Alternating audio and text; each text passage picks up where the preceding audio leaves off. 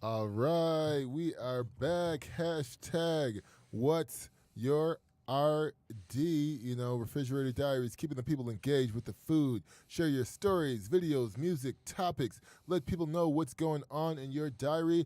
Hashtag what's your RD? I am food. All the food is good and food is life. I grew up on pepper and spice, Little Debbie oatmeal cream pies, and flaming hot Cheetos. I acknowledge the term foodie, and honestly, I love looking at a mixed fridge. That being said, we're going to jump right into the food scene that's going on here and what it takes to be a chef and make it in America. Hashtag make it in Detroit. So my personal experience in the kitchen, I was 17, my very first job outside of working for my father. He was one of the original programmers for Marvin with the state of Michigan. So, when I lost my job, had to use Marvin for the first time, it was a trip. I'm telling you, irony by definition. Right. But, coming up, man, in the kitchen, one of the things I learned, like washing dishes, starting off washing dishes, then graduating to making pizzas, graduating to grill, it became very evident to me that You want to do this? I do. But it also became evident to me that I want to do it. I got to figure out how to do it differently. Like there was someone said to me, if you can't find a seat at the table, then make your own table. Yes, sir. Yep. There's nothing wrong with that. And then when you start to make your table, be mindful. You got to remember. We need forks. Well, that too. But if you're hungry and your plate's full. If you hungry, you start asking for more food on your plate.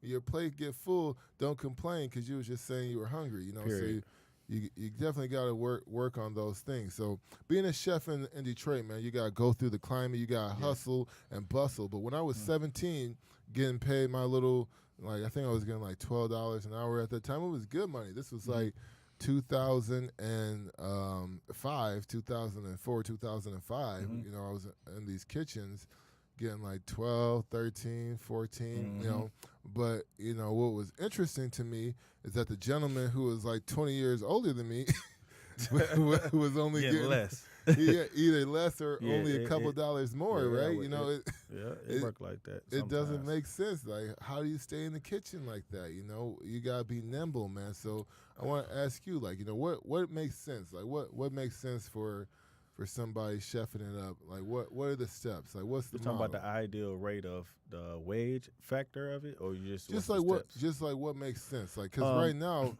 being a chef, you can't really look at wage anymore. You can't. But I do believe it ain't about what you know, it's who you know. That's the first thing I always say. Second of all, you have to show and tell. You have to prove your worth. You can't really just say you can do something and then you don't own up to it. I was always a big factor of staging, even when I was executive chef of the restaurant. Show me what you can do first before I bring you in. And for those that you don't know what staging is, let's know, what is a stage? A stage where you come in and it's not really an 8 hours. Some people do 8 hours, some people do a shift. Me, I do 4 hours because it takes 4 hours for me to see if you can do what I want you to do. It don't take a whole shift. But basically you work for free. Sometimes you do get a full meal, stuff like that. And then after the, stage session, we have a talk and we talk about wages, basically. Yeah, no, absolutely. A lot of that, like staging is an unpaid internship where you test a cook or chef. They work briefly for free after an interview. So like you filling their game, you picking up what they're putting down, you smelling what they're cooking. You say, all right, I like what I'm hearing. Let's go ahead, come on up in here, let's work with you. Because it's different. It's not like a job interview, right? No. There's a lot of people dynamics. People work together. It's not just personality. It's also like if they leave the cutting, like you finish the cutting board, you leave. And funny for me, I hate working and then leaving something, but because of the current situation that I'm in my life, I do that all the time, and like it bothers me. Like I'm like, man, I know that I left that cutting board and knife on the table. Right. it eats away. But like these are the things, it's all like that. And that's definitely one of my pet peeves. The first thing when I do starch, I look for cleanliness, and I look for if you listening or not. I look for proper way how to cut an onion or either a pineapple.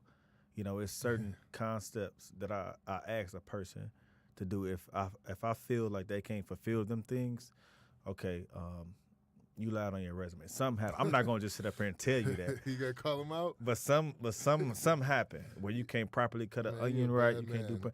I mean, I don't really just call them out like that because I do have a heart. I have kids. I have a heart. So with that being said, it's like sometimes you can't be on BS. It is what it is. If you can't do something, it's okay. Because everybody, just because you a chef, and just because you think you a chef in the kitchen, everybody that wears a chef coat, that don't make them a chef. Everybody that cook, that don't make them a chef. But the thing is, what make you a chef, if you humble yourself down and you wouldn't learn, you can't learn. You can't know everything. It's impossible. It's chefs that's been in the industry for 20 plus years strong and still constantly learning things. All the time. So with that being said, it's like ask questions. Learn. Learn. If you feel that it's not right, ask questions. And that's where I really at right now. I'm still learning. I'm not content. I'm not content at all. But I'm okay. Yeah. So Marcus, I understand you got a little plan here. I definitely want to talk about this because it's something that I think is important. So you got a 5-year plan. We were kind of talking a little bit about this. I want you to put it out there, let the world know what's going on. First of all, my 5-year plan, I did have my thing going on at once upon a time, where I had my own, catering thing, stuff like that. But right now, sometimes, just like I was talking about, you have to dumb yourself down and be humble. Like I said, I don't know everything. Right now, I'm getting myself together where I can take whatever I'm learning from and use it as a platform to where I'm trying to go. I really know where I want to go. But like I said before, some things you can't really talk about because when you speak about certain things, it never happened. That's just me. But in 3 years, I plan to be the third part owner of Young Village. And we will be seeking another restaurant where we all will be a family and going to the next level and 100%. Winning all the restaurants of the year and all that.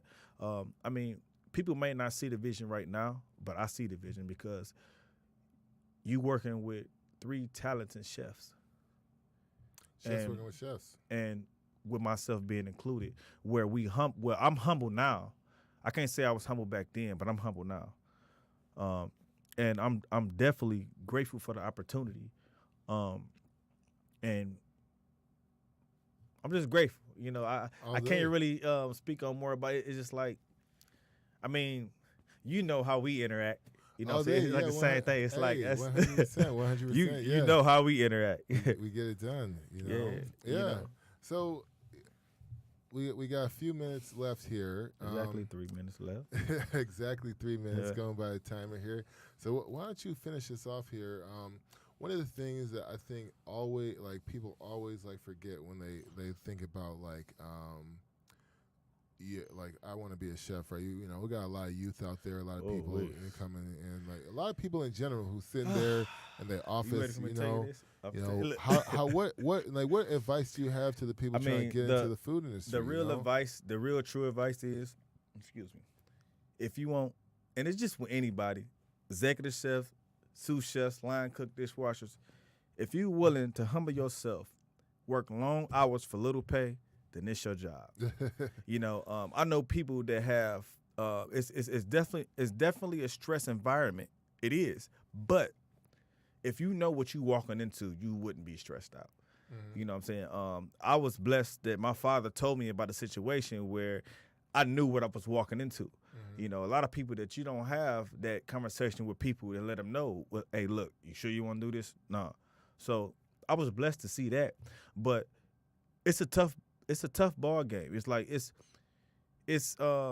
can be it can be definitely a depressed moment at certain times, but you gotta realize the ultimate goal and what you're trying to do and what you're trying to achieve.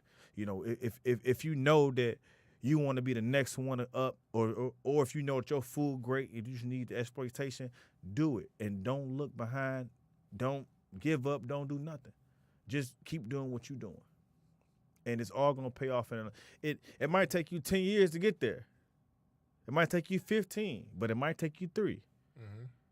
You know what I'm saying? Just don't give up on it. Yeah, no, I think that's a positive message, man. And, you know, one that I think is a good note to end on. The reality is that in America, immediate gratification is rooted in a lot of our things. You know, 10 years ago, I remember reading books and, like, you know, calling people versus texting people, a lot of things. And one thing in particular is that I used to be able to remember phone numbers 10 years ago. You know, I used to have phone numbers memorized. This person, call them by memory. Now, I got to look them up. I can't even do math without pulling my phone up. So Right. definitely, you know. But on that note, definitely stop by Young Village. Oh, yeah. Definitely be open Tuesday through Saturday, 11 through 5. On April 1st, we will be doing 10 to 10, which will be our grand opening. Definitely going to be a great event. Hopefully, I see you guys there. Yeah, definitely. Love to see you guys. Yeah, check us out. We post all of our information right on the website. Instagram stays popping. And you can also keep up to date on our Refrigerated Diaries newsletter. Yes, Hashtag sir. What's Your RD? And if you got a story, you got music, you got some awkward experience or excellent experience around food that you want to share with us, don't worry. We'll keep it anonymous and we'll go ahead and monologue it out for you. Peace and love. Peace and love.